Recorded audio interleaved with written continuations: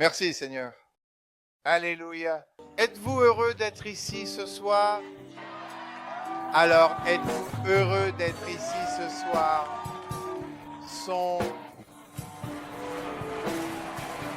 Êtes-vous heureux d'être ici ce soir? Si vous êtes heureux d'être ici, ce soir, tout le monde fait du bruit. Amen. Maintenant, combien d'entre vous n'étaient pas là lors de la première conférence Healing Jesus cette année? Levez la main. Laissez-moi voir si vous n'étiez pas là. Wow. D'accord. Eh bien, vous allez être gâtés. Amen. Alléluia. Alléluia. Le Père est ici, notre Papa est ici, notre évêque est ici. Oui, il est ici. Alors, avec une offrande d'applaudissements pour Jésus. J'adore vraiment ça, honnêtement. Tu sais,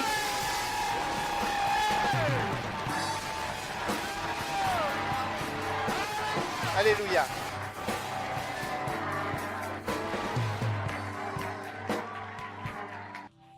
Amen. Merci, merci, merci. Alléluia. Levez les mains. Remercions le Seigneur. Père, nous sommes tellement reconnaissants pour ta bénédiction en ce jour. Nous te remercions pour l'opportunité de nous rassembler et de recevoir ta parole. Nous prions pour que nos cœurs, nos âmes, nos corps sera répondre à ta volonté. Nous te remercions d'avoir touché nos cœurs. Faites exactement cela au nom puissant de Jésus. Amen. Vous pouvez vous asseoir.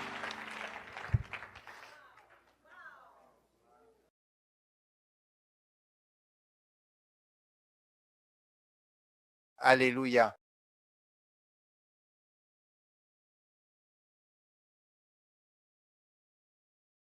Est-il possible pour vous d'avancer vos chaises d'une rangée? D'accord, très bien.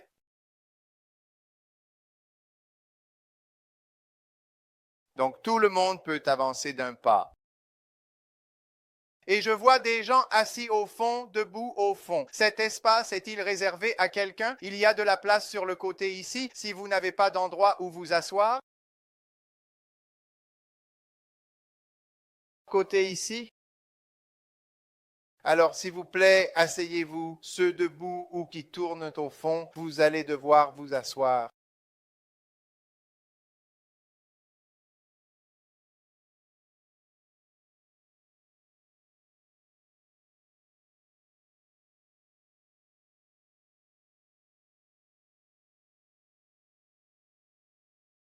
Essayez de ne pas devenir un habitué des sièges du fond de ce genre de personnes. Amen. Bonjour. Gloire à Dieu.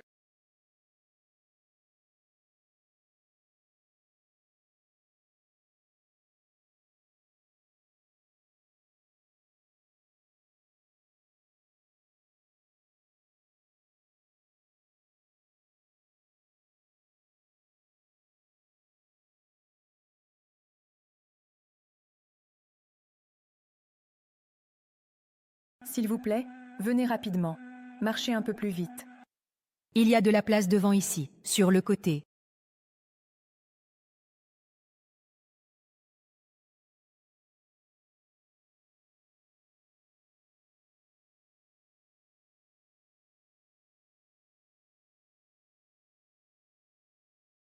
Un, deux, trois, avancez.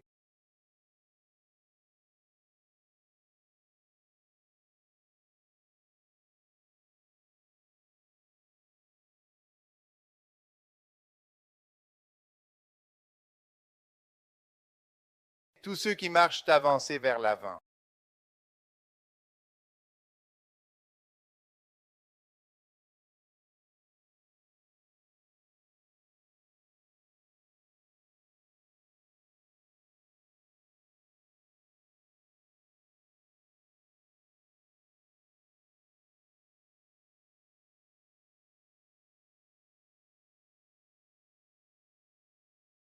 Wow!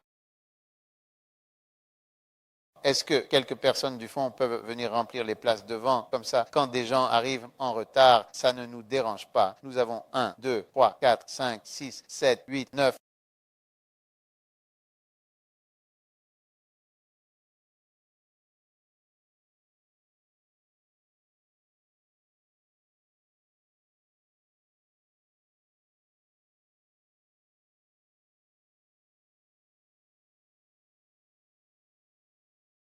Gloire à Dieu.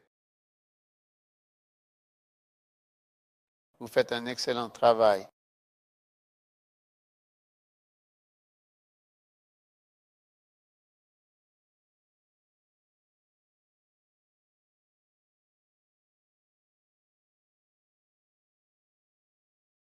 Très bien, d'accord.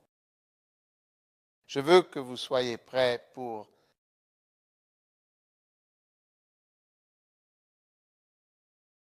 C'est le seul écran que vous avez. La fois passée, vous aviez plus d'écrans.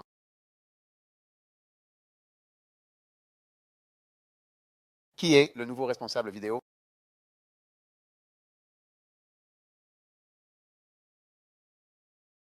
Comment fait-on pour avoir plus d'écrans ou des écrans plus grands? Après cette session, il y aura un écran plus grand. Vous aurez 2 écrans de plus, un écran de plus après cette session. Très bien. On nous a dit, vraiment, on nous l'a dit.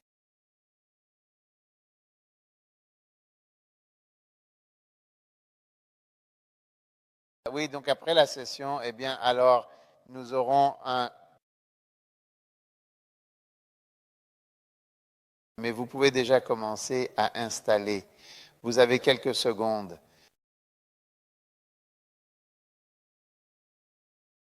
Si vous avez un bébé, sachez que le bébé peut être ici avec vous dans cette pièce, mais dès que le bébé commence à crier ou à faire du bruit, même si ce bruit est faible, vous devez sortir immédiatement avec le bébé. D'accord? Oui. Mais les bébés sont bruyants, donc dès qu'il fait du bruit, vous sortez avec le bébé et vous revenez quand il s'est calmé. C'est la règle. Si vous comprenez cela ainsi, vous pouvez même avoir 2 bébés.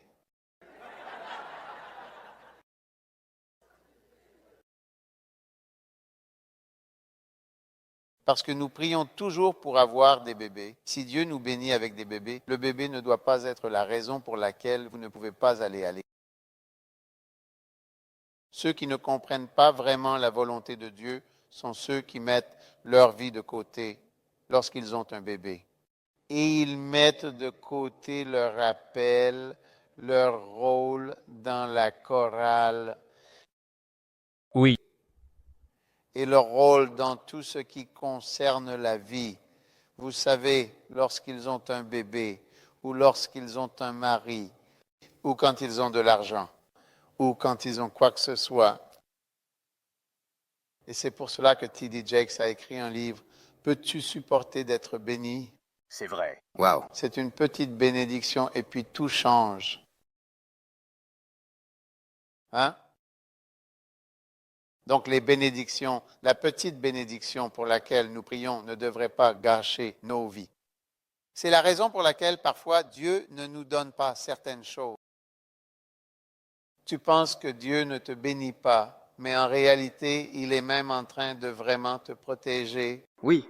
De ta distraction en ne répondant pas à ses prières et en te gardant humble dans le besoin et dans la difficulté afin que tu puisses apprendre la patience et la persévérance. Parfois, il choisit de ne pas exaucer immédiatement tes demandes pour que tu restes conscient de ta dépendance envers lui. C'est vrai. Parce que l'orgueil est tellement naturel. Chez nous, c'est presque second. Non, ce n'est pas presque. C'est vraiment comme ça. Ce n'est pas juste presque. C'est dans notre nature d'être orgueilleux. Donc, si le Saint-Esprit ne t'aide pas, tu deviens tellement facilement orgueilleux. Et c'est tellement invisible, tu ne peux pas voir que tu es devenu, que tu as changé.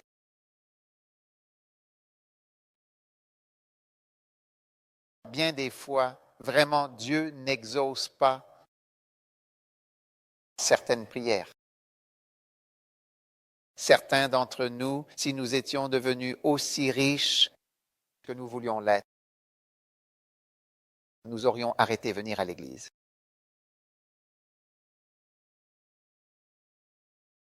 Quel choc. Alors Dieu t'a permis de galérer. Combien de millionnaires vois-tu à l'Église? Quand les gens deviennent millionnaires, ils arrêtent de venir à l'Église. Quand les gens commencent à avoir tout ce dont ils rêvaient, ils arrêtent de venir à l'Église et même de donner.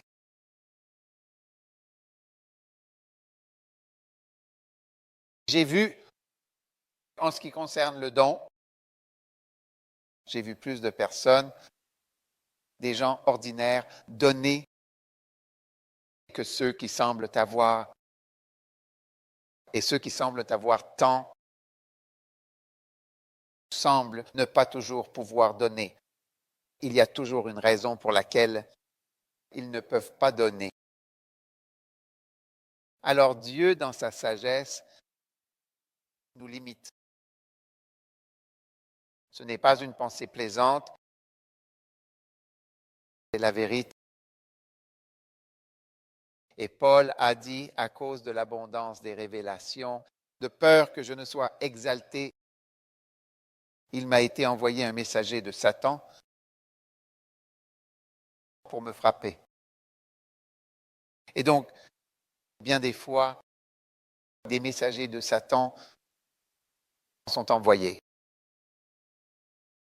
Et les gens pensent Dieu.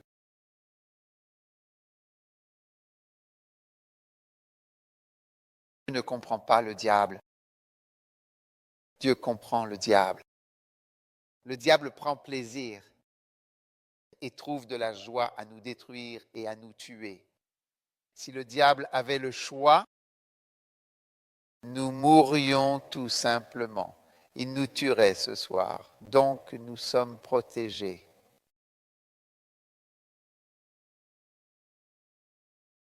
Si Dieu ne me protégeait pas, je serais mort en une seconde. Nous tous. Si vous lisez la Bible, vous saurez que c'est Dieu qui nous garde.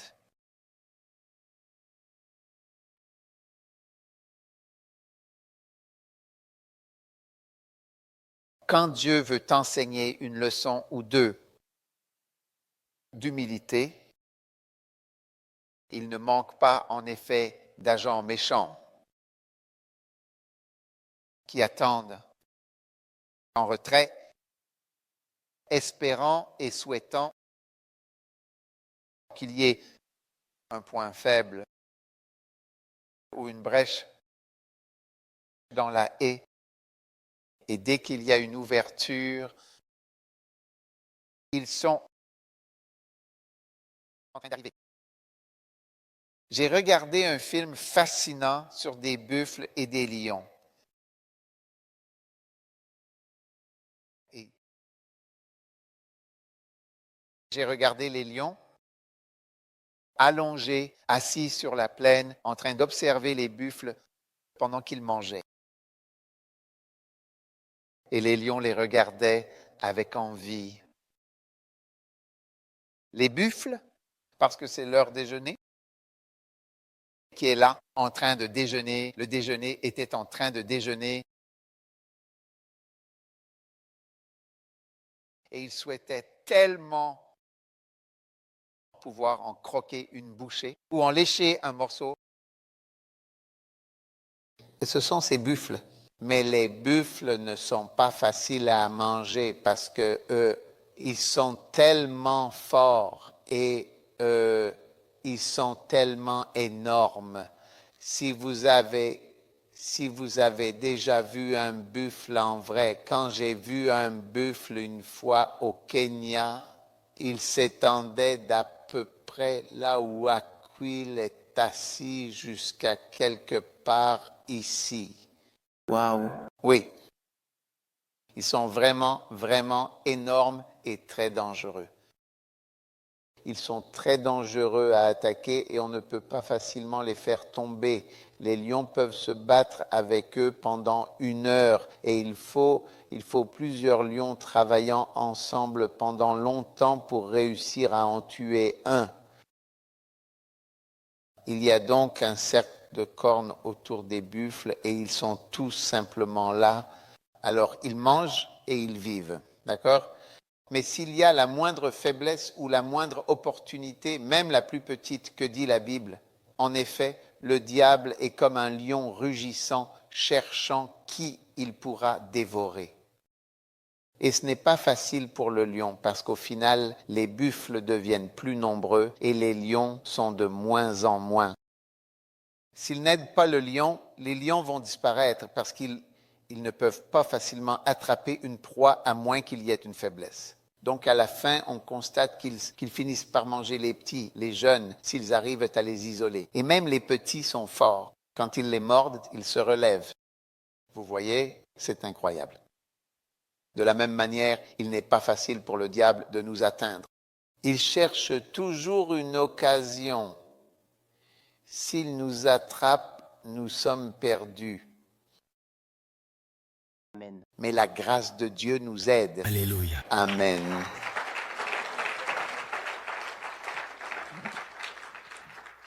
Alors ne laissez pas votre bébé. Tout cela, c'est à cause des bébés. Ne laissez pas vos bébés, vous savez, vous empêcher de faire la volonté du Seigneur. Amen. Amen. Avez-vous des chaises vides ici? Avez-vous des chaises vides? Non, c'est une question que je vous pose. Vous ne savez pas ce que je veux. Je pose une question. Y a-t-il des chaises vides? Oui. Et là-bas, au fond? Vous en avez? Apportez-moi 3 du fond, juste 3. 1, 2, 3.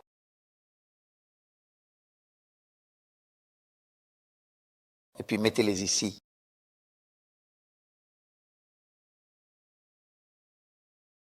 J'ai dit du fond.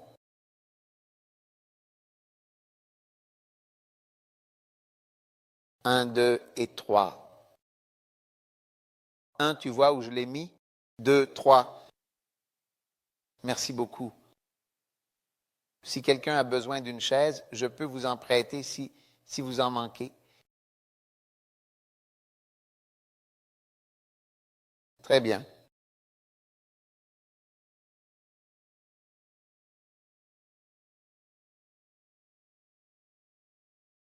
D'accord. Vous êtes prêts? J'attends. Quelqu'un est en train d'apporter quelque chose. Qu'est-ce qui se passe? Qu'est-ce que c'est? Un projecteur? Ah, d'accord.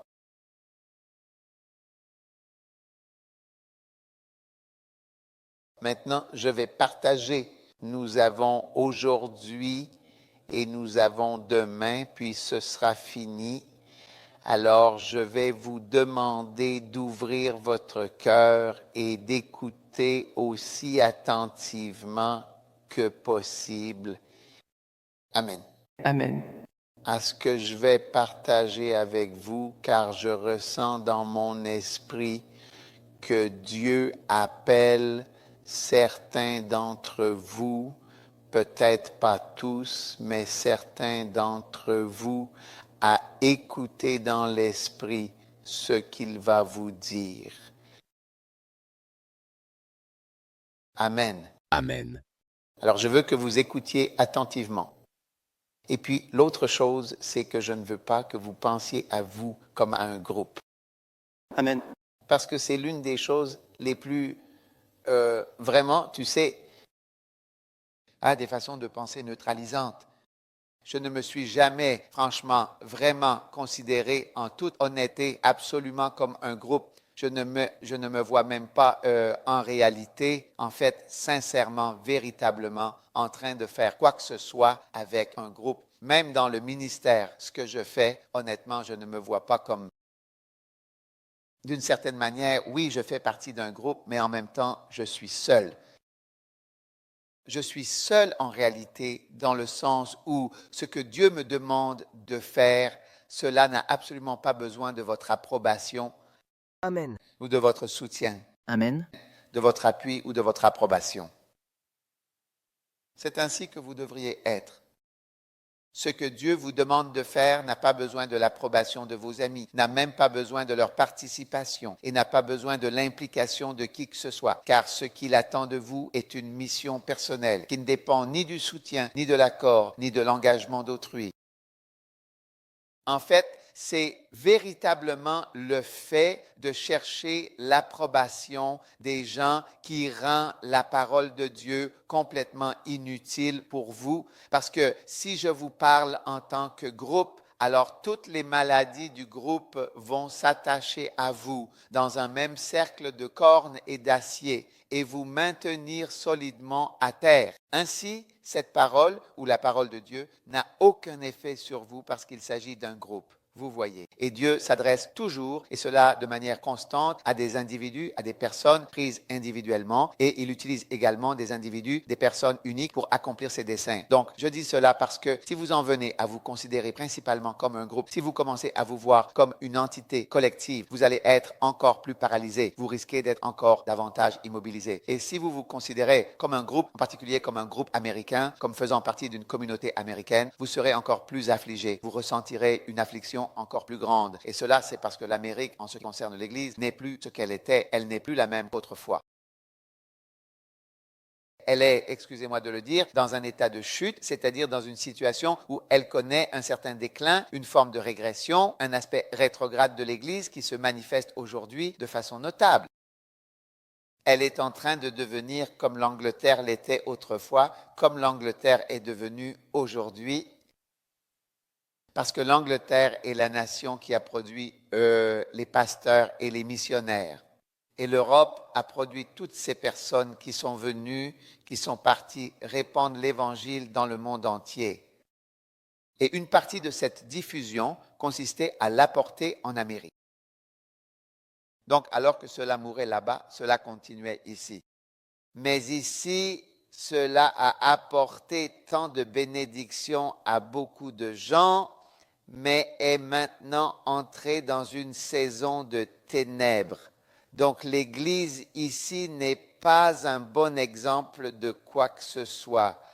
Et malheureusement, elle a toujours la bouche la plus grande et la plus bruyante qui s'entend dans le monde entier. Donc il semble, en apparence, parce que c'est la voix la plus forte, que ce soit la voix la plus juste. Mais ce n'est pas le cas, ce n'est pas du tout ce qui se passe en réalité. Donc, je dis cela pour dire que si tu t'ajoutes toi aussi à l'ensemble de l'Église en Amérique, si tu fais simplement partie de ce groupe, alors tu ne seras pas positivement affecté par la parole de Dieu. Tu ne recevras pas l'impact positif de la parole de Dieu dans ta vie. Mais cette même Église, si tu t'étais ajouté à cette Église, même il y a 50 ans, l'Église américaine, même il y a 50 ans ou même il y a 60 ans, alors la parole de Dieu aurait pu t'impacter de manière particulièrement considérable. Mais au cours des dernières décennies, l'Église a tellement changé qu'elle est devenue en gros une nation qui lutte contre les droits des homosexuels et contre l'avortement, ce qui n'est pas l'Évangile. L'Évangile, ce message fondamental transmis par Jésus-Christ, n'est pas de lutter contre les droits des personnes homosexuelles ou de s'opposer au droit d'avorter, ni de mener une opposition à ces droits. Ce n'est pas cela, l'Évangile de Jésus-Christ, qui ne consiste pas en une lutte contre ces droits ou contre ces personnes. Ce ne sera jamais l'Évangile de Jésus-Christ. C'est un tout petit aspect du christianisme. Et même quand quelqu'un fait quelque chose dans sa chambre, que cela t'affecte ou non, ou que cela affecte l'Église ou non. Ce n'est même pas la question. La question, c'est que ce n'est pas l'Évangile. L'Évangile, c'est que Dieu a tant aimé le monde qu'il a donné son Fils, Jésus-Christ, afin que quiconque croit en lui ne périsse pas, mais ait la vie éternelle. C'est ça l'Évangile. Et c'est pour cela que Jésus-Christ est venu dans ce monde. Jésus-Christ n'est pas venu dans ce monde pour donner des droits à ceci ou des droits à cela. Tu comprends ce que je dis? Oui? Je dis que se lier même à une seule personne dans ce pays ou même dans cette église peut rendre 1000 sermons. Ils n'ont aucun effet sur toi. Ils n'ont aucun effet parce que tu regardes, tu te dis, fais-tu partie? Tu ne fais pas partie de moi non plus.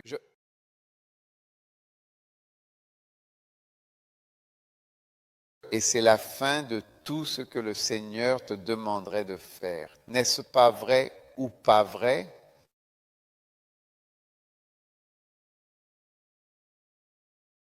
Alors je veux que tu te déconnectes. Dis à ton voisin, je me déconnecte de toi.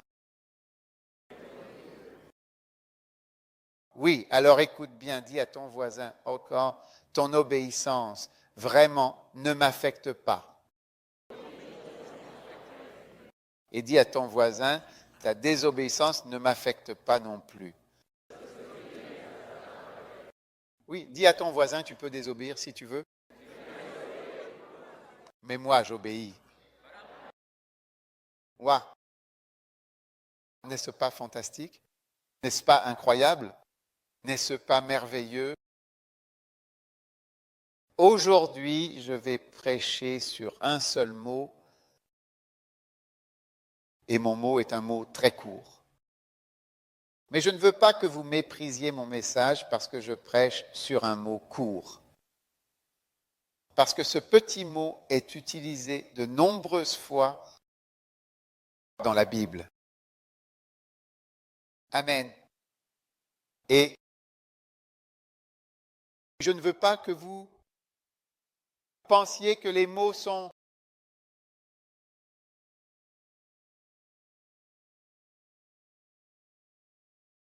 aussi puissants que leur longueur. Vous comprenez, n'est-ce pas? Comme un mot tel que supercalifragilisticexpialidocious. C'est un mot. C'est le mot le plus long du dictionnaire, mais il n'a aucun sens. Le mot sur lequel je vais prêcher est utilisé pour un total de 1352 fois jusqu'à maintenant. Oui. C'est juste un seul mot. Et il est utilisé 1352 fois. Et vous pouvez imaginer si je décidais de prêcher à chaque fois que ce mot apparaît dans la Bible, j'ai 1352 versets à parcourir avec vous.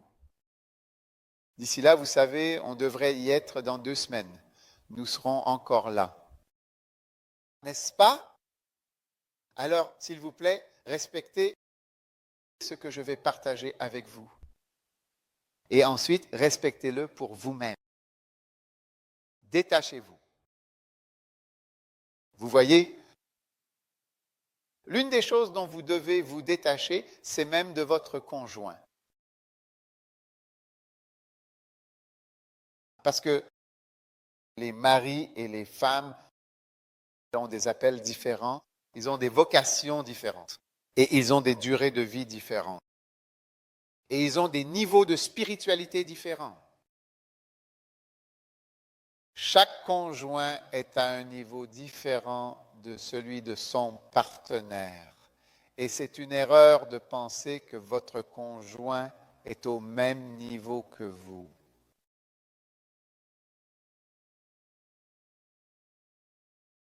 Nous voudrions toutes que nos maris soient plus spirituels.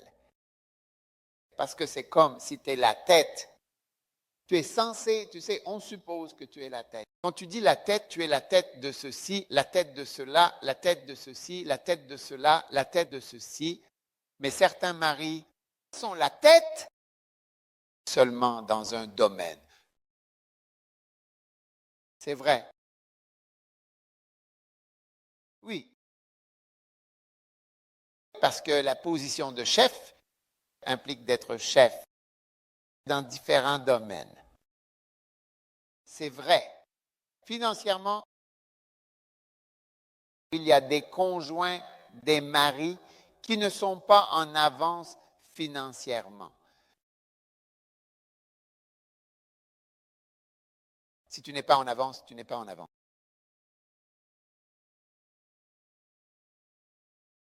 Donc, mais il faut quand même se marier. Et parfois, ce n'est pas si facile de trouver quelqu'un qui est en avance dans tous les domaines. Donc, parfois, il faut se contenter de quelqu'un qui est en avance dans un domaine, au moins. Et parfois, il n'est en avance dans presque aucun domaine.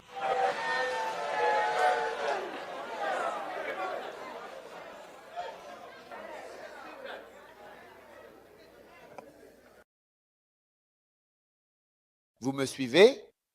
Oui. Parfois, il n'est pas en avance dans même un seul domaine. Financièrement,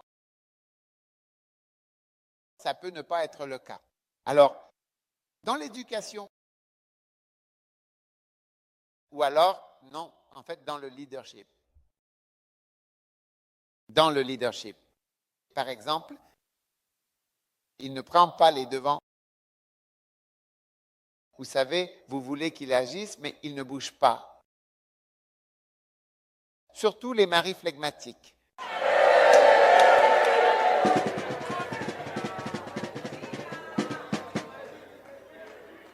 Les maris flegmatiques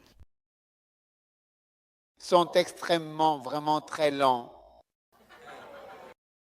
Ils ne bougent pas du tout. Et ça fait que la femme devient comme le leader. Et quand vous êtes l'assistant d'un flegmatique, vous ressemblez souvent à un orang-outan. Oui, bien sûr, absolument. Quand vous êtes l'assistant d'un flegmatique, si le pasteur principal est flegmatique et que l'assistant pasteur est colérique ou comme une personne dynamique, il fait, sans le vouloir, que l'assistant commence à ressembler à un orang-outan parce qu'il est toujours en train de dire « Regarde, on devrait faire ceci. » Tu sais, allons-y. On devrait. Pourquoi ne pas attendre? Le chef, le responsable qui a été nommé dira « Attends » et il ne bouge pas. Et comme il ne prend pas non plus d'initiative, ne prend pas de décision, tu donnes l'impression de ne pas te soumettre à son autorité. Donc tu ressembles à un orang-outan. Toujours. Et c'est pareil pour les femmes. Le mari ne bouge pas. Tu ne vois pas? Il faut changer l'ampoule. Ne change pas l'ampoule. Alors, c'est comme tu finis par le faire toi-même et tu changes l'ampoule. Et tu fais juste les choses. Et on dirait que tu n'es pas soumise. Parce que oui, tu ne bouges pas. Donc on a des maris qui ne sont pas en tête au niveau du leadership. Alors, aussi qui ne sont pas en tête au niveau de la motivation. Ils n'ont aucune motivation. Mais la femme, elle, a de la motivation. Tu comprends? Et puis, dans les choses spirituelles, vous verrez que beaucoup de maris ne sont pas en avance spirituellement. Certains le sont. Je vous donne simplement différents domaines. Donc, c'est un peu comme s'il y avait différentes permutations et combinaisons. C'est ça? Quelqu'un qui est en avance dans ce domaine, mais pas dans un autre. Il est en avance financièrement, pas spirituellement. Ou il a de l'ambition, pas en avance spirituelle. Et cela dépend de ce que vous obtenez. Le mariage, c'est comme une loterie. On obtient juste quelque chose, une combinaison différente. Oui. Et ce que tu obtiens, c'est ce que tu as. C'est tout.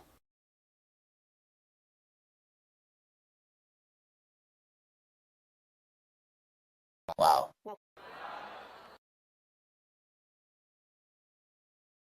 Donc, si tu t'es lié à quelqu'un, si tu as créé un lien avec une personne et que tu t'es retrouvé à penser ou à ressentir, peut-être à te dire intérieurement, et au fil de la vie, tu peux commettre une erreur tragique sur le plan spirituel en suivant lentement la spirale descendante d'un chrétien non spirituel et désobéissant auquel tu t'es étroitement lié dans tous les domaines de ta vie.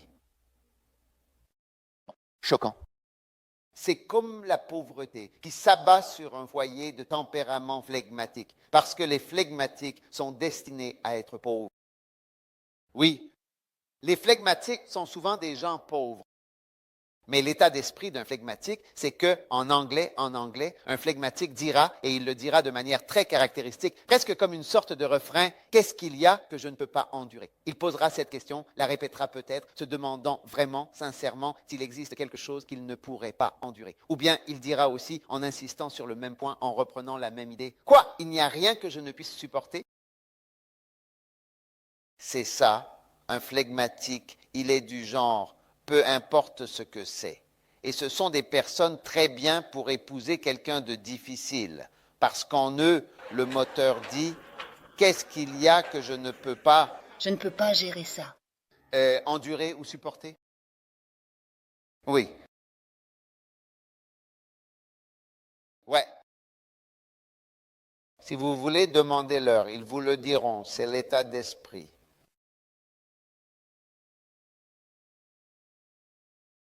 Et en anglais pidgin, pour ceux d'entre vous qui connaissent l'anglais pidgin, nous avons différents types d'anglais. Nous avons l'anglais, le vrai anglais, et en anglais pidgin, le flegmatique se dit à lui-même, il se dit à lui-même, pourquoi? Vous savez, une fois, un certain frère colérique était en train de donner, il parlait et partageait en disant, nous devons faire ceci, nous devons faire cela. Il s'adressait à un groupe. Et soudain, un homme au tempérament flegmatique l'a interrompu dans son élan et lui a posé une question simple, en répétant 2 fois d'une voix posée, « As-tu mangé? As-tu mangé? »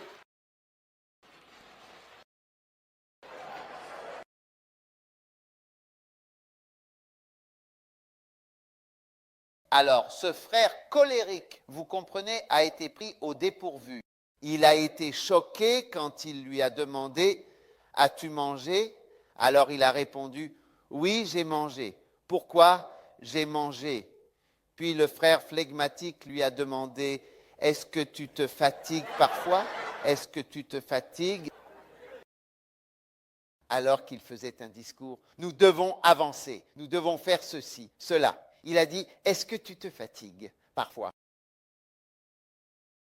Et c'est ça, l'esprit. Donc, si vous êtes une femme colérique, toujours en train de bouger partout, votre mari flegmatique se demande dans sa tête, as-tu mangé?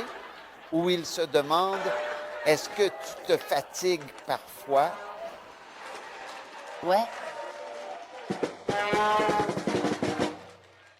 Wow! Et en eux, au plus profond d'eux-mêmes, il y a un moteur silencieux et puissant. Et ce moteur dit, je peux endurer.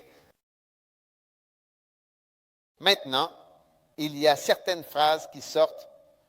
On peut entendre, par exemple, qu'un flegmatique a dit, l'une des choses qui va sortir, c'est, par exemple, pourquoi?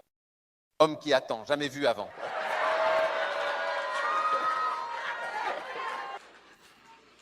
Homme qui attend, jamais vu avant. Oui, c'est comme quoi? Qu'est-ce que cet homme n'a pas déjà vu? Alors, il a continué et il a dit, oui, voyez, monsieur, Ils sautent. Ils ont cette mande à mâcher. Waitimanu, jamais vu auparavant. Ce qui veut dire, même la mer, nous l'avons déjà franchie. Même le fer, nous pouvons le mâcher. Quel est le problème? Nous ne pouvons rien endurer du tout dans ce monde. Nous ne pouvons pas survivre. La mer Septmande saute. Le fer Septmande mâche. Waitimanu, jamais vu auparavant.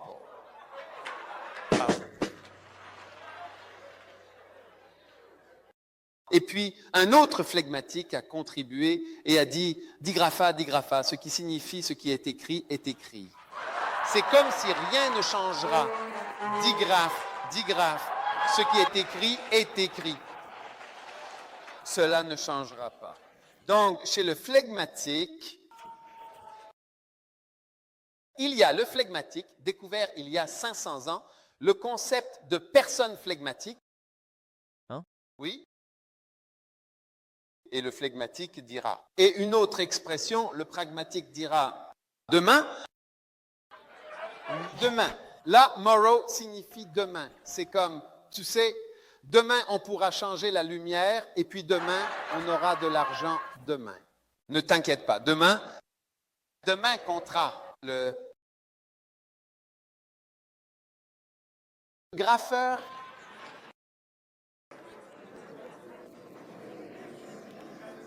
Tu peux comprendre pourquoi ils sont pauvres, qu'ils sont destinés à rester pauvres. C'est pourquoi, lorsqu'un homme dirige une église, tu vois qu'elle ne grandit pas. Parce que c'est toujours sur Morrow Day, monsieur. Êtes-vous en automandat? Je veux dire, qui êtes-vous? Certains, je parlerai de la croissance de l'église. Nous devons le faire. La personne est assise, elle demande pourquoi? Pourquoi tu manges? Tu ne fatigues pas. Nous devons faire ceci, nous devons aller chercher des témoins, nous allons le faire. La personne est dans sa tête, il a dit, pourquoi attendre que l'homme voit Morrow Day, là? Regarde l'homme lui-même, il saute. Je réponds, mec, l'équipe, qu'est-ce que l'homme verra avant? Et dire que l'Église servira le graffeur. Ce qui est écrit, c'est ce que tu dis, et ce que tu fais ne changera rien. Oui, je le dis clairement, en vidéo. Et même si cela semble drôle, c'est ce qui se passe dans le pragmatique. Peu importe la langue dans laquelle tu le décris. C'est quelque chose de très triste, mais c'est un moteur. Et si tu vois, c'est pour ça c'est pourquoi Jésus a dit, tout homme qui vient à moi, si quelqu'un vient à moi et ne se renie pas lui-même, ou à un moment donné, c'est comme si tu devais dire non à toi-même, à ta façon d'être, à mettre en avant certaines choses. Et non, assez de ce schéma, non, arrête ça. Si tu ne dis pas, si tu ne te renies pas, tu ne réussiras jamais. Dans le christianisme, je te le dis, parce que le christianisme n'est pas une religion de paresseux. Non, tu ne peux pas réussir avec la paresse. Et tu ne peux pas non plus réussir en étant lent. Il faut beaucoup de rapidité dans le christianisme. Oui, il faut beaucoup de rapidité. La rapidité est nécessaire. Donc, quand tu es lent, ta vie te passe sous le nez avant même que tu ne réalises ce qui s'est passé. Oh oui, tu entends des gens dire « Oh, tu sais, je suis en train de régler, avant que tu ne t'en rendes compte, une ou deux choses, c'est fini. » Tu deviens un vieil homme. Oui, jamais. Tu ne t'y attendais pas, mais tu deviens vraiment un vieil homme et la vie est passée. Je veux dire, Billy Graham dit que si vous lui demandez quelle est l'une de ses plus grandes surprises, l'une des plus grandes surprises de sa vie, c'est la brièveté de la vie. C'est-à-dire la courte durée de la vie. La vie est brève, c'est ce que disait Billy Graham. Elle est courte, mais on ne s'en rend pas compte et on ne réalise même pas qu'elle est en train de passer. Je vous le dis, vous ne savez pas que les choses sont simplement en train de passer. Quiconque avance lentement dans le ministère n'accomplit pas grand-chose pour Dieu. il n'accomplit pas grand-chose pour Dieu. Parce que le ministère ne répond pas, le diable ne répond pas à la lenteur, à la tranquillité, même à la prospérité. La prospérité ne répond pas au flegmatisme. On ne peut pas prospérer avec du flegmatisme. Oh oui, vous vous contentez simplement de ce qu'il y a. Très bien. Alors, restez là où vous êtes. Il y a 2 groupes de personnes de chaque côté de la montagne. Un groupe est de ce côté, il y a une grande montagne, et il y a un autre groupe de l'autre côté. Ce groupe de personnes à gauche dit, qu'y a-t-il au sommet de la montagne et qu'y a-t-il derrière la montagne? Et ils disent, y a-t-il autre chose là-bas? Allons voir. Et nous pourrions, j'ai dit, c'est si vous. Il pourrait y avoir quelque chose qui serait très bon pour nous, l'autre groupe de ce côté. Cela ne leur vient même pas à l'esprit de savoir ce qu'il y a au sommet de la montagne. Cela ne les intéresse même pas. Et devrions-nous un jour le découvrir ou devrions-nous traverser? Devons-nous voir? Vous voyez, ce groupe-là, c'est le groupe qui reste dans l'obscurité. Tu comprends? Oui. Donc, toi, en tant que chrétien, tu dois te souvenir de ce passage où Jésus a dit, « Quiconque vient à moi, tu sais, et ne se renie pas lui-même, il ne peut pas être mon disciple. » Toi, tel que tu es, pas le diable, pas comme un démon, toi, tel que tu es. À un certain moment, c'est alors bien plus démoniaque, bien plus puissant que n'importe quel démon. C'est en réalité ta nature même. Dans sa capacité à tuer l'appel de Dieu et à t'empêcher de faire la volonté de Dieu. Chacun des 4 tempéraments contient en lui des choses qui doivent vraiment être reniées. Le flegmatique a cette lenteur et cette mollesse, et surtout le manque de rapidité et l'absence de motivation. Un mélancolique a un excès de justice propre et de la mesquinerie. Ce qui ne permet pas aux gens de s'épanouir autour de toi. Personne ne s'en sort bien auprès d'une personne très mélancolique parce qu'un excès de mélancolie va repérer les péchés et les défauts dans chaque recoin. Et il y a toujours quelqu'un qui fait quelque chose de mal à tes yeux. Et personne, vraiment personne, ne s'en sort bien dans cet environnement. Parce que, regarde, la réalité, c'est que nous sommes tous de très, très grands pécheurs. Oui. Nous sommes un groupe de pécheurs essayant, sur un bateau, d'atteindre le ciel.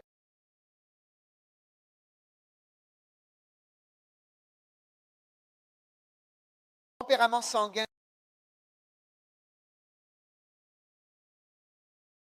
C'est aussi le désordre, des sexualités extrêmes.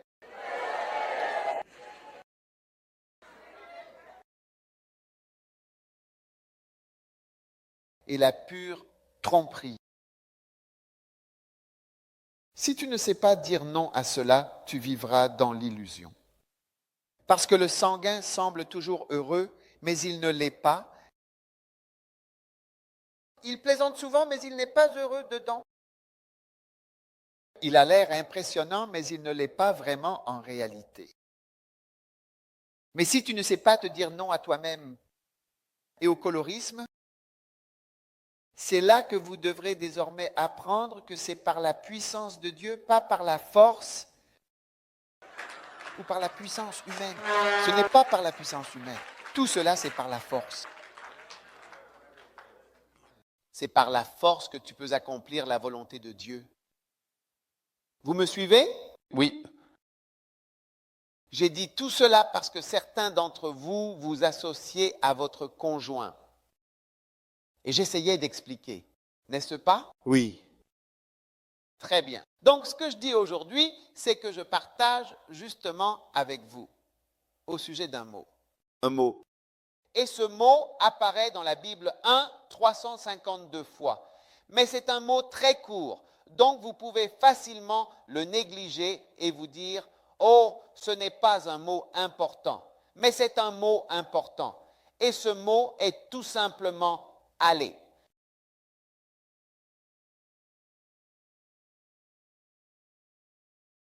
Allez. Allez.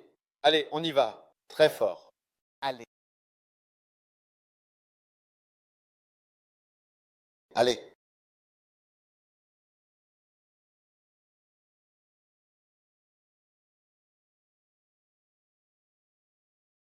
Si parmi vous tous, j'entends qu'il y a plus de 800 personnes qui sont inscrites, 3 d'entre vous, 3, seulement 3, 3. devaient y aller, ce serait déjà un accomplissement. Mais ces 3-là devront se détacher du réseau de ceux qui ne vont pas. Amen. Se détacher. Oui.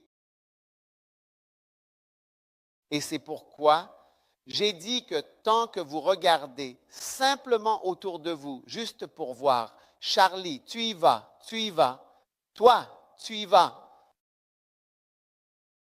Hein?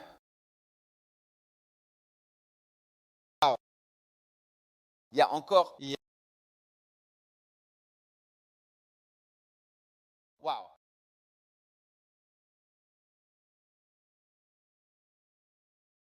Wow.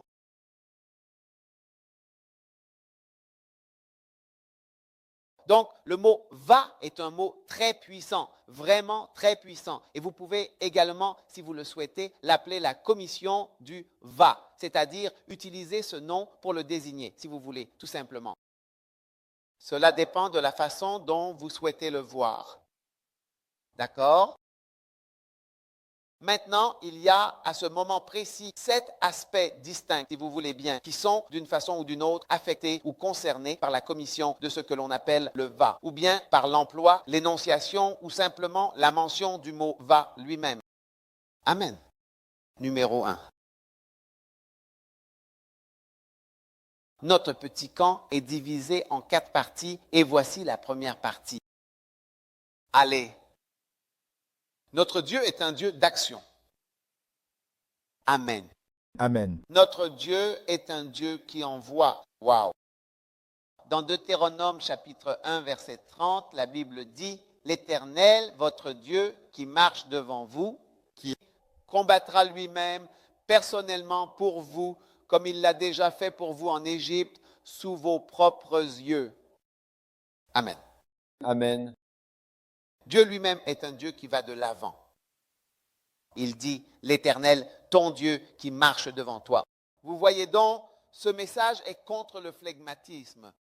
Vous voyez, le flegmatique a une inertie innée. Je n'ai pas envie de bouger. Maintenant, vous voyez, ceux qui sont mariés à des flegmatiques sont ceux qui en feront le plus l'expérience. Aucune énergie pour bouger. Je vous le dis. Il n'y a aucune motivation. Il n'y a vraiment aucune motivation. Et plus on vieillit, plus c'est pire. C'est vrai. La personne reste collée au sol. Et c'est là que vous verrez dans une maison des femmes qui sont comme des hommes. Ah, avec des tournevis. Amen. En train de visser des choses. Avec des échelles, en train de grimper, en train de tuer des lézards. Je veux dire, elles font tout ce que vous auriez pensé qu'un homme ferait. Amen. Envoyez simplement des CV à la place des hommes. Oui, envoyer des CV pour l'homme. Je veux dire, postuler, bouger, parce que l'homme est assis là à dire un jour de plus. Amen. Ça viendra un jour. Ce sont les phrases classiques du flegmatique. Qu'est-ce qu'un homme n'a pas déjà vu? Même s'il n'y a pas de lumière dans la maison, toutes les ampoules s'éteindront, donc il n'y a pas de lumière dans la maison. La personne est là-dedans, on peut profiter. Un jeune se donne lui-même un mandat. Amen. Œil ouvert, nous mâchons œil ouvert. Combien plus encore quand la lumière est éteinte?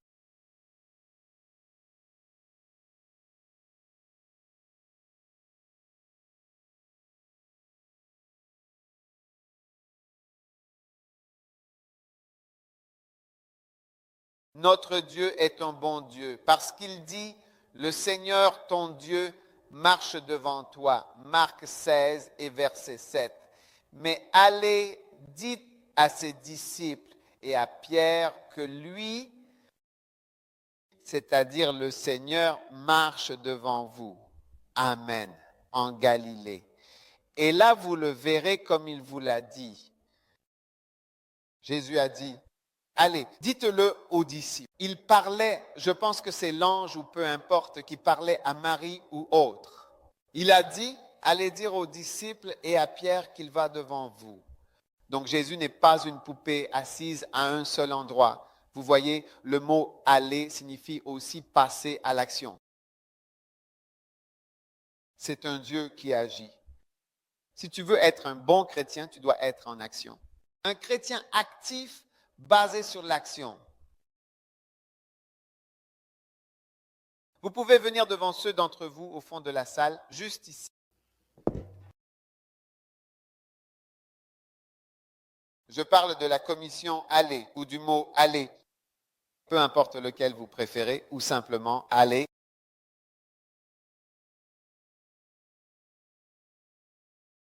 Docteur Ozzy, s'il te plaît, tu veux que je dise, va avant de partir.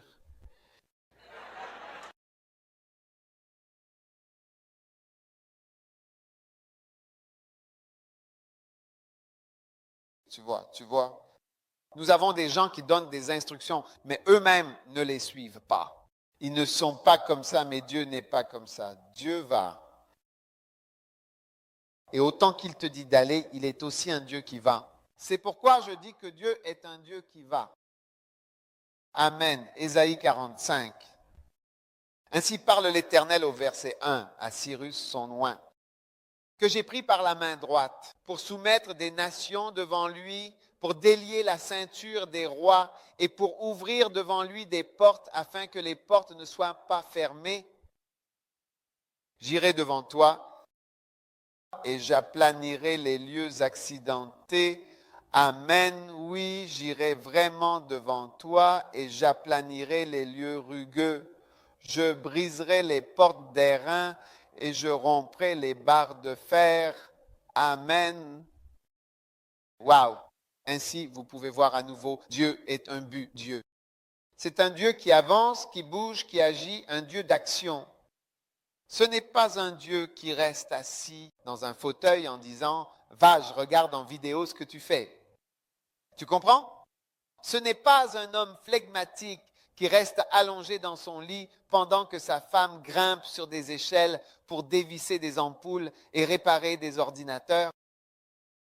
Et qui reste couché pendant qu'elle bouge partout, chasse les serpents et les lézards, alors qu'il reste allongé, pensant dans sa tête, en attendant, en disant « Laisse le serpent là, laisse le lézard là ». Laisse le lendemain venir dire à quelqu'un « Le lendemain est là ». Waouh! Ces déclarations ne sont pas inventées. Je ne les ai pas inventées. On m'a dit, je l'ai appris récemment. Et je partage avec vous ce que j'ai appris. Je n'aurais jamais su cela si quelqu'un ne me l'avait pas dit. Quelqu'un me l'a partagé. Et soudain, une lumière s'est allumée. J'ai réalisé que lors de beaucoup de réunions auxquelles j'assiste, j'ai l'air frénétique. Pour certaines personnes, j'ai l'air surchauffé. C'est comme pourquoi? Oui, une autre question, c'est pourquoi? Pourquoi? Pourquoi? Quel est le problème? As-tu mangé? Es-tu fatigué? Matthieu 26, verset.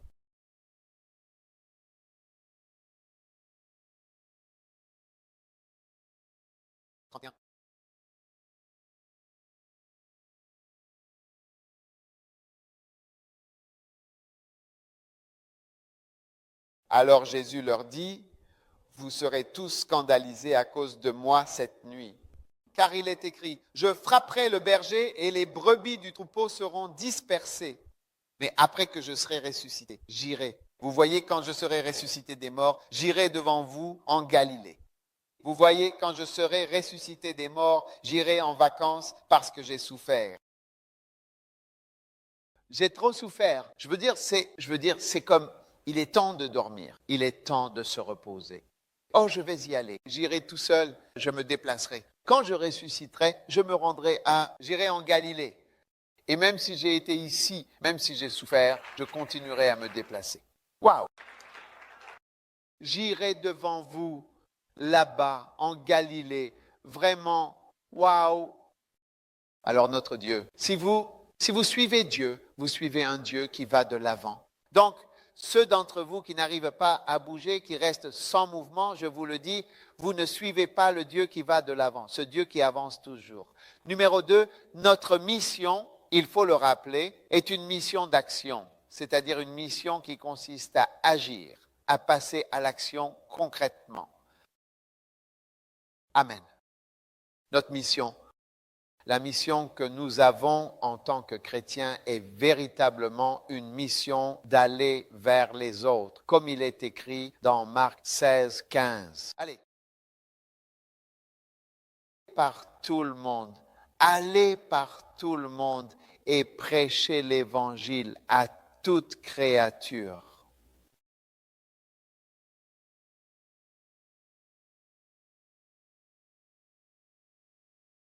Donc, notre mission en tant que chrétien, c'est d'aller dans le monde. Ce n'est pas rester assis, tu sais très bien. Et dès que l'Église devient une Église qui ne va pas, c'est-à-dire elle change car elle devient différente du Dieu qui a établi l'Église. Waouh! Est-ce que vous m'écoutez? Amen. C'est pourquoi je vous dis que l'Église américaine d'aujourd'hui, telle que nous la connaissons à notre époque actuelle, est dans bien des aspects un peu différente et parfois même radicalement différente de ce qu'elle était autrefois dans le passé. Vous voyez, l'Église américaine, eh bien, vous savez, nous a tant apporté que le respect que nous avons pour elle est difficile à abandonner. Et il est même difficile parfois de réprimander l'Église parce que vous savez, elle a été en fait une bénédiction. Toutes nos chansons, nos chants chrétiens, tous nos chants de louange, tous les grands hommes de Dieu qui ont marqué cette génération, eh bien, pratiquement tous en réalité, en fait, sont américains. Les grands évangélistes et les grands, même ceux qui ne viennent pas d'Amérique, sont venus en Amérique et ont exercé leur ministère depuis l'Amérique.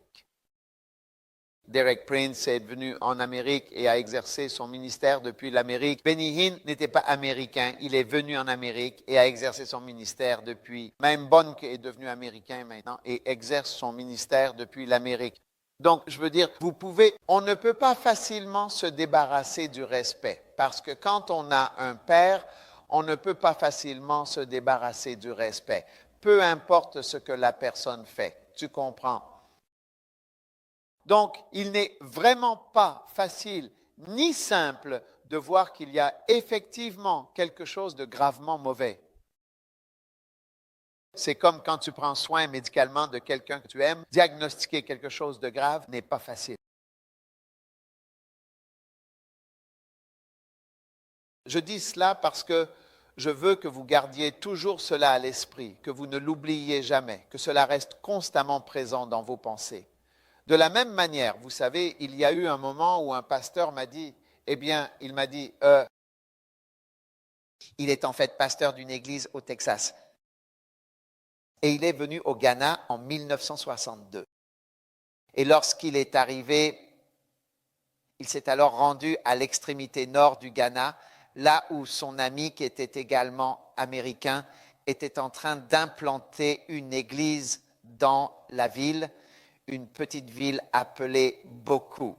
Et cet ami américain, qui était aussi pasteur, avait un fils.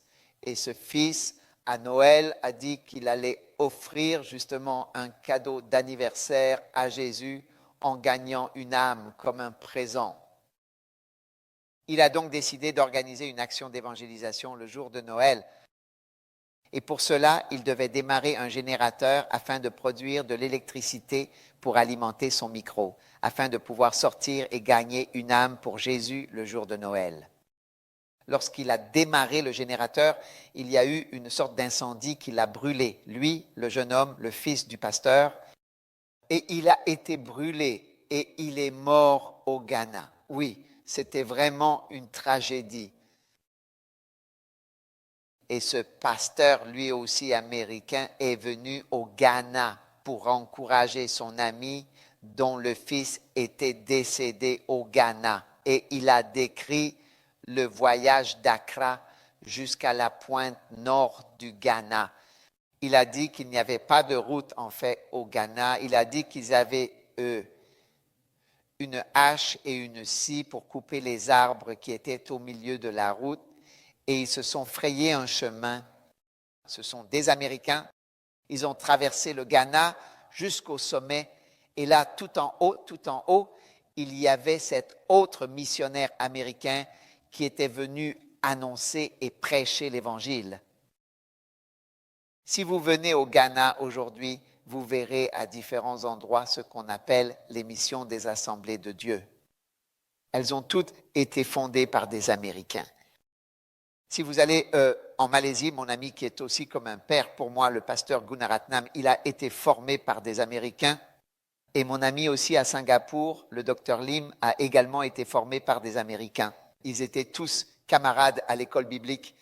Ils ont tous été formés par l'Amérique. Même Yogi Cho, tous sans exception. Vous voyez que l'Amérique a eu une telle influence en allant dans des endroits et en y vivant. Quand j'étais en Indonésie, j'ai rencontré un pasteur américain qui y avait vécu. Mais maintenant, il est très difficile de trouver un Américain qui ira quelque part.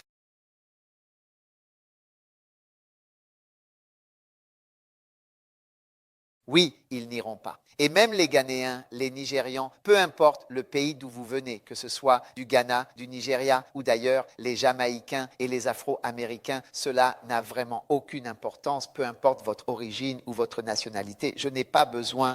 Dès que vous êtes en Amérique en général et qu'il y a en fait une sorte d'américanisation progressive de votre personne, alors vous trouvez qu'il est vraiment très improbable d'obtenir ne serait-ce qu'une seule personne prête à aller quelque part. Oui. C'est pour ça que nous y allons. Et c'est le signe qu'il y a quelque chose de très, très mauvais chez nous. Donc la volonté de Dieu, c'est que tu partes. Je vous dis, Dieu est un Dieu en mouvement. Amen. Vous ne pouvez pas contester ce que je dis parce que je lis la Bible. C'est vrai. Et la mission que nous avons n'est pas de rester quelque part. Oui. Et merci à Dieu pour la télévision, mais ce n'est vraiment pas la même chose que d'y aller. Non, non. C'est quelque chose de différent.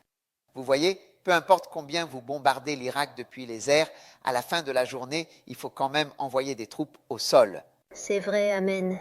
Ce sont les troupes au sol qui apportent réellement la vraie victoire. Alléluia, amen.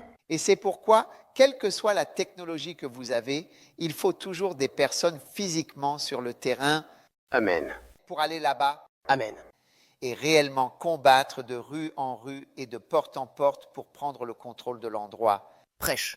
Et de la même manière, peu importe la quantité de programmes télévisés que vous pouvez diffuser dans les pays, à la fin, il faut des personnes physiquement sur le terrain pour implanter des églises, être pasteur là-bas, prêcher la parole de Dieu et être présent concrètement avec les gens. Amen. Oui. Amen. Bien dit. Bien dit. C'est vrai. C'est vrai. Tu comprends? Oui. Donc, ce que je dis ici, ce n'est pas simplement un joli petit sermon poétique, ce n'est pas juste une belle phrase ou une expression agréable à entendre. Non, ce que je dis, c'est quelque chose de réel, quelque chose qui existe vraiment, qui nous affecte, qui a un impact sur nous et qui affecte nos vies, nos existences, notre quotidien. Troisièmement, notre ordre. Notre ordre, c'est une instruction d'aller, c'est-à-dire une consigne qui nous est donnée d'avancer, de nous mettre en marche. Ouvrez à Genèse 12.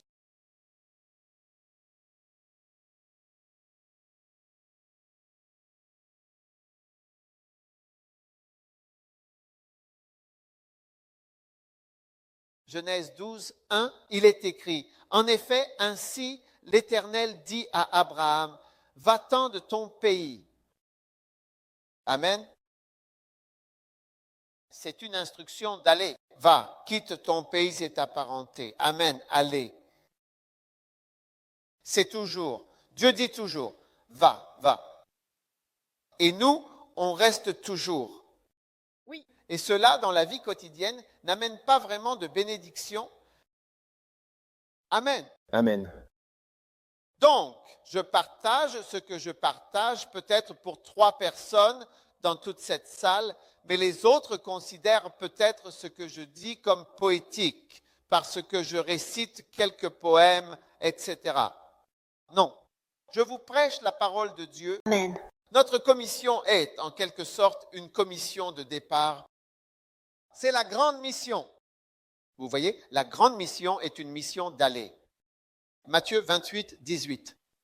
Qu'est-ce que cela dit? Allez donc, allez donc, allez donc. Amen. Et faites de toutes les nations des disciples. Faites de toutes les nations, de tous les peuples des disciples, les baptisant au nom du Père, du Fils et du Saint-Esprit, les baptisant au nom du Père, du Fils et du Saint-Esprit. Allez, allez donc, allez donc.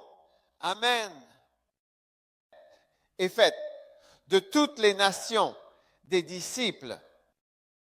Alléluia. C'est l'instruction du Seigneur Jésus-Christ. Ce sont les paroles de Jésus-Christ. Allez donc, allez.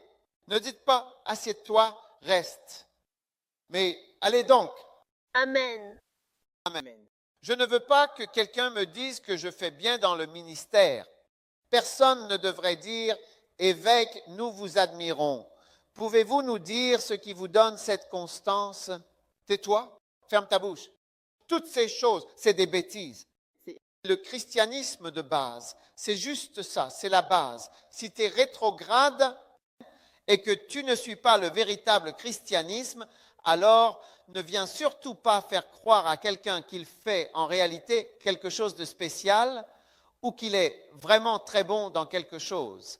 Amen. Parce que je ne crois pas que je sois très bon dans quelque chose ou que je sois spécial. Je veux dire, avoir vraiment un cœur où, en fait, ça a un effet négatif sur moi. Je n'aime pas ça. Je n'aime pas ça du tout. Oui. C'est quelque chose de simple. Allez. Si tu ne peux pas le faire, sois simplement là et prie à ce sujet. Ne va pas louer quelqu'un, la personne qui aurait dû être humble pour aller au ciel avant même de s'en rendre compte. Tu lui as insufflé de l'orgueil. Un mauvais esprit entre dans la personne. Il pense faire quelque chose de spécial alors qu'il fait le plus basique. Applaudir. Une instruction qui a été donnée d'y aller. Ce n'est pas quelque chose de spécial. Amen. Tu ne peux pas faire croire à quelqu'un qui accomplit un devoir ordinaire qu'il fait quelque chose d'extraordinaire. Alors, waouh, waouh. Allez donc, puis tu vas et tu dis, waouh.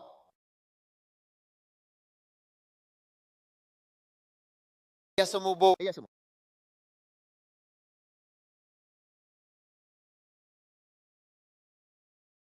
Oui. Numéro 5, notre appel est en effet un appel à aller. Notre appel est un appel à aller, pour avancer ensemble. Amen. Par la foi, Hébreux 11, 8, par la foi, Abraham, lorsqu'il fut appelé à sortir de son pays pour aller dans un lieu qu'il devait recevoir en héritage, il obéit et partit sans savoir où il allait. Il a été appelé à faire quoi? À aller dans un lieu qu'il devait ensuite recevoir en héritage, obéis-y. Et il partit sans savoir où il allait. Oui. Amen.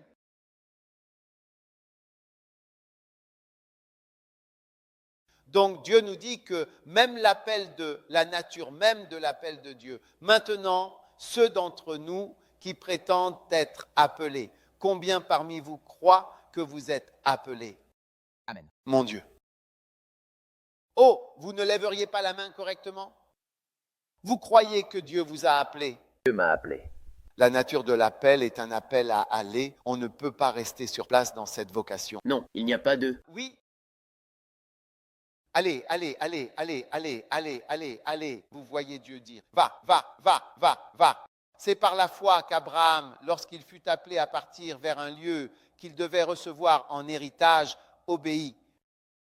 Et il partit sans savoir où il allait. Ne louez pas Abraham. Ne dites pas qu'il est spécial. Il n'est pas spécial. L'appel lui-même était en cours. Donc, si tu n'y vas pas, tu ne peux pas vraiment prétendre suivre l'appel de Dieu. Amen. Amen.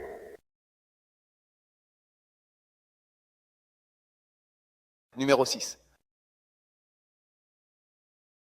Le christianisme est une religion d'avant-garde.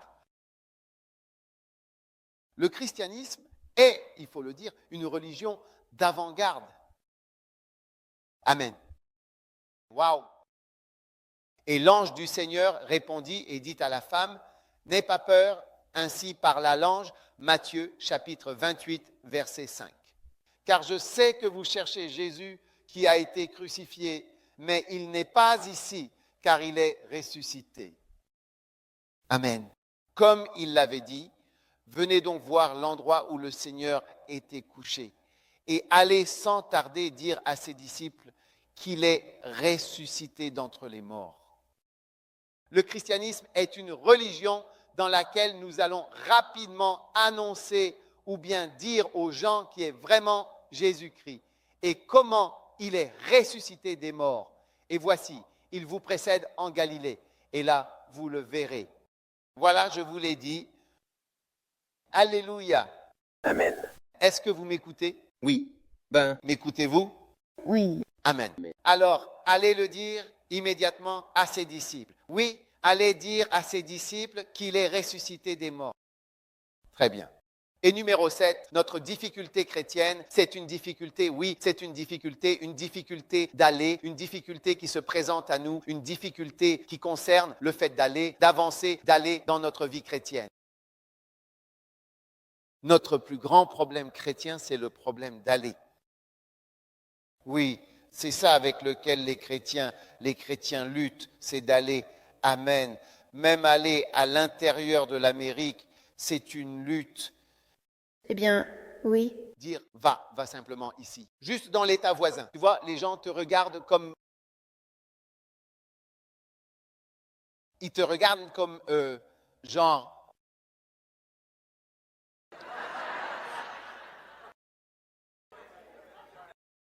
Est-ce que tu ne te lasses jamais de gâcher la vie des gens?